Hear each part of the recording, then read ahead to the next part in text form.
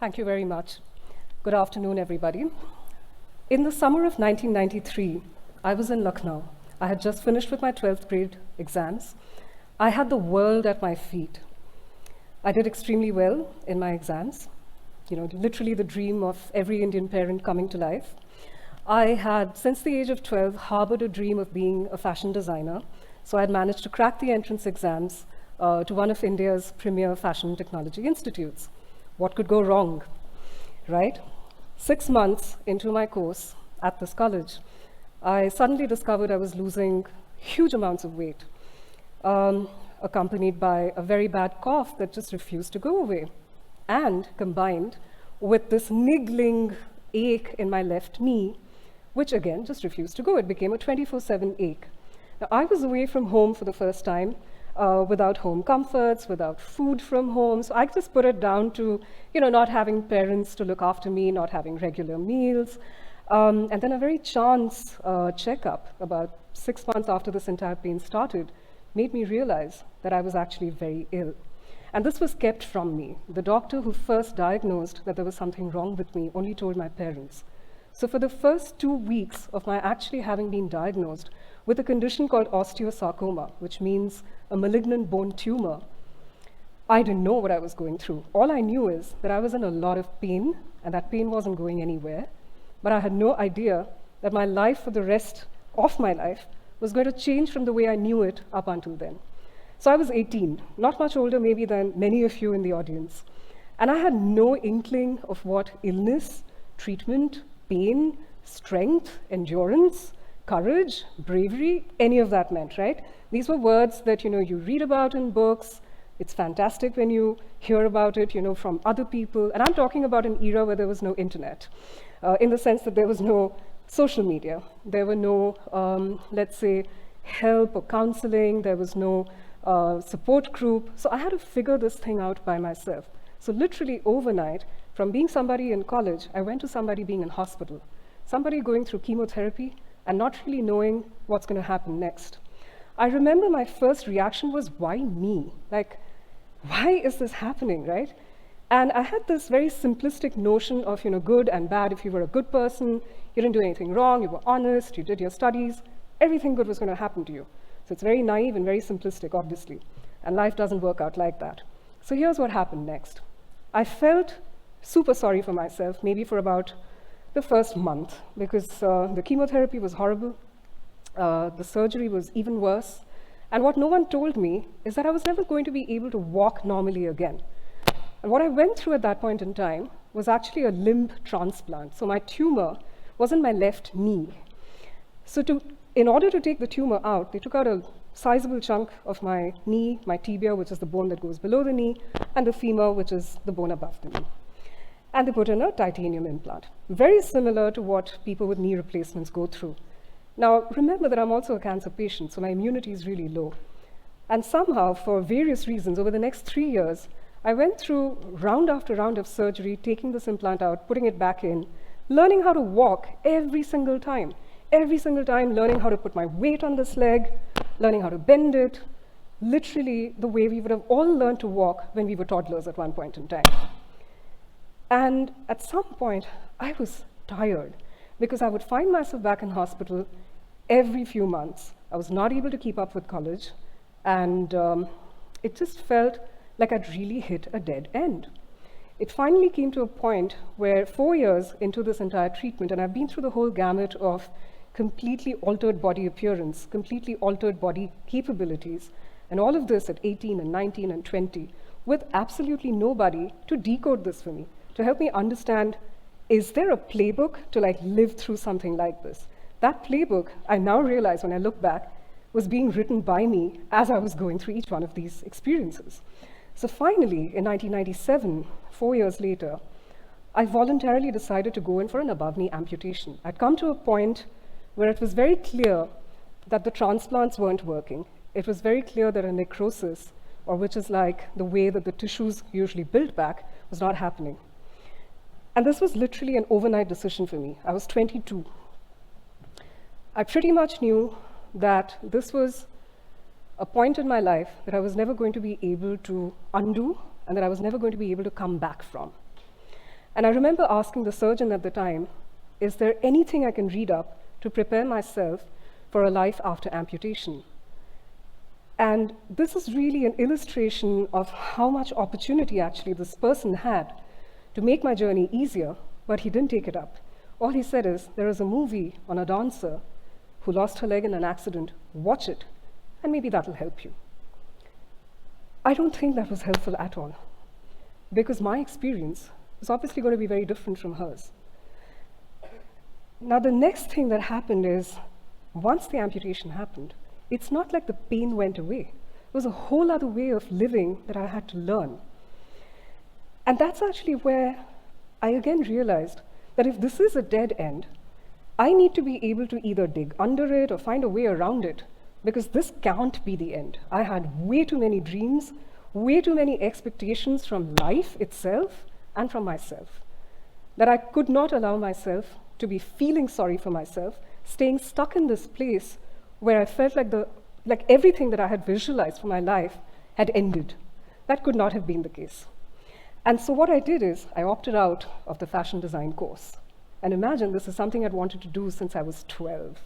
What does one do when a dream they've held and harbored and worked hard towards realizing is not a workable dream anymore? Well, you find yourself other goals, which is exactly what I did. So I went in and did a very plain vanilla graduation. And then I went in to also do an MBA. And that's literally where my life turned around, because I actually made myself look at solutioning rather than feeling sorry for myself. I'd done enough and more of that. Of course, I've cried and I've really beaten my way through this entire process.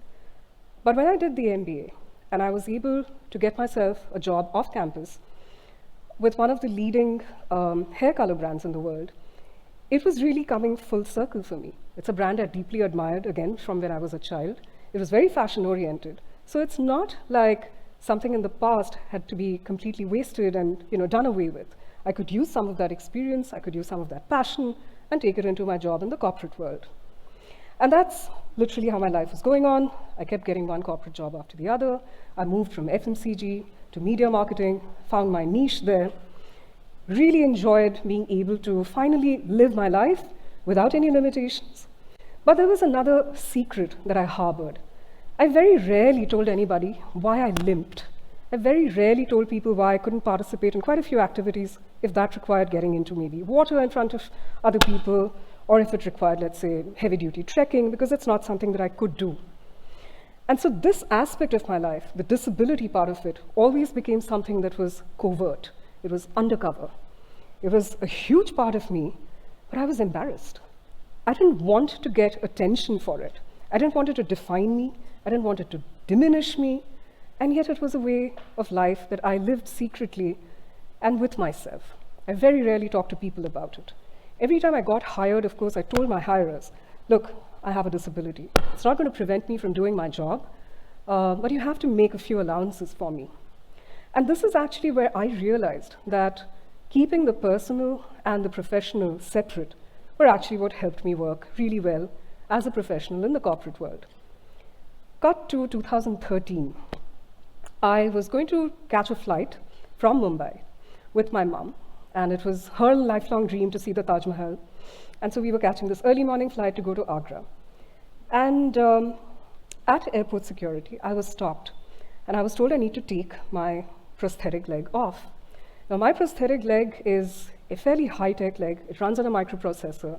It's probably as expensive as an SUV is, and it's very delicate. So if someone were to ask me to take it off and chuck it into baggage X-ray, any number of things can go wrong. More importantly, you are asking me to shed a part of my body in public, and you're violating my dignity. Now, I've lost my leg, but I haven't lost my right to dignity. So I remember saying, I can't take it off, because if I take it off in public, there's a very intimate way of needing to get back into it, and I'm not sure I can do this in front of everybody. And I did not get any kind of empathy from the security officials. And that's perfectly all right, because they're doing their job with a limitation of knowledge. But I remember that experience made me feel extremely violated. It got escalated to level after level of officials. at the airport till I was, of course, finally allowed to go, but I was in tears by that time. No amount of identification, no amount of credibility was enough for me to have been immune to being stripped like that.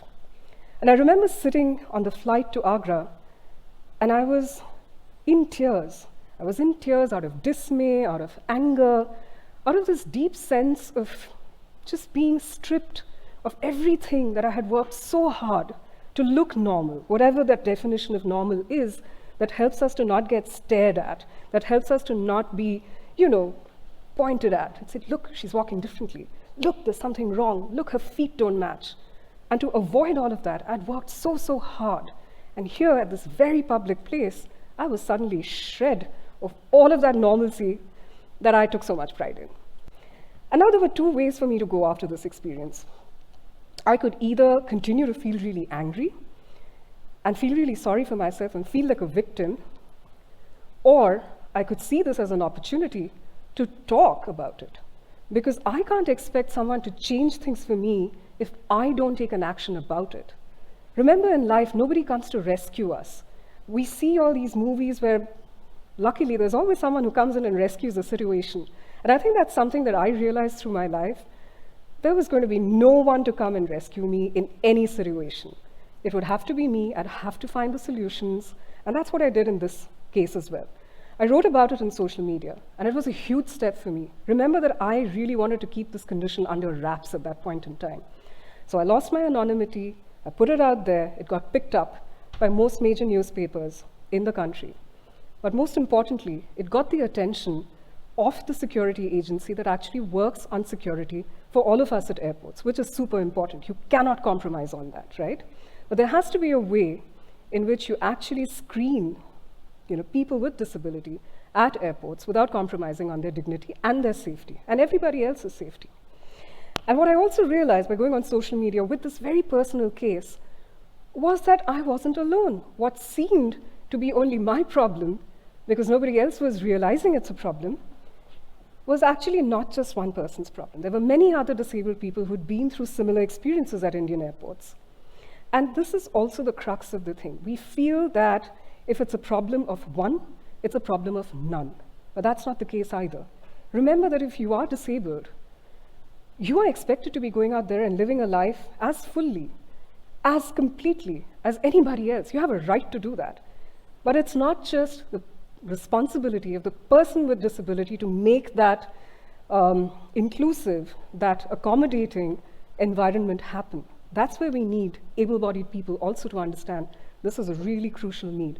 And what I found through this process was a collaboration of like-minded people who had already been working on an issue like this. But my voice gave steam to that need. I was able to put my experience in front of the authorities who could make a difference. And we scanned and researched what other countries and what other airport security agencies would do, and we came up with an SOP, a standard operating procedure. And that made so much difference. Today, if people with disability can travel through Indian airports with a modicum of security, respectability, dignity, it is because all of us got together in 2013 and then worked with the agencies to help them understand why this was a need and why this was not actually going to endanger security, but is a very fundamental right for anybody who's disabled. Now, while all of this is going on, I also finally realized that I needed to walk the talk myself, right? I could not hide this aspect of myself because this is so much of who I am.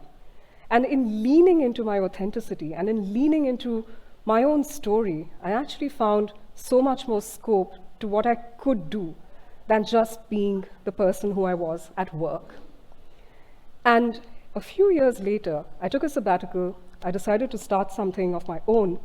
And this is actually where I again realized that going through a set of adversities at one point of time in your life, and I felt like I'd gone through several by that time, it gave me an immunity card to probably never go through any more adversity again, till I actually had a whole bunch of them occur to me again. I was without a job. I'd taken a sabbatical, as I said, to study something. So I came back from New York after I finished the course and was simply unable to either bootstrap something of my own or start working somewhere else. My mom met with a very bad accident. My marriage broke down. And I was literally down to like the dregs of my savings. And I literally said, oh my God, this is like the bottom of the bottom. How do I get myself back from here? I am so tired of fighting and fighting and fighting every single time. I've run out of ideas this time of how I can save myself. And then I realized that what had actually in the last few years given me the maximum amount of joy, the maximum amount of satisfaction and fulfillment was this fight, was this recognition of my being someone with disability and being able to use that as a strength and as not something that I needed to be ashamed of. And that's where the journey where I am now brought me. I decided to move into the impact space or the development sector, as most of you would know of it. And this is where I found that once again, an adversity actually unlocked a whole new door of opportunities. If there are closed doors somewhere, there are always other doors that I hadn't even thought of looking at or knocking on. And this is how I found myself here. And so in closing, all I'd like to really say is that when you're going through something, whether it's the good or the bad, look at what that makes you feel. How true to yourself is that experience? And how can you use that to move on to the next step in your life? And very often, you don't see a whole trail in front of you. You don't see a whole staircase in front of you. You literally have only as much light as you can to illuminate the very next step, just that next step in front of you, and even that much is enough. And so in conclusion, all I want to say is, no matter what happens, the number of things you can always do in your life will always be more than what you can't do. These are words a surgeon told me soon after my amputation, when I was completely done and dusted with life at 22, and I really had nothing to look forward to. And he said this to me, that's the motto of my life. And so please look always at adversity as an opportunity for you to move forward and try something that you may have never done before. Thank you.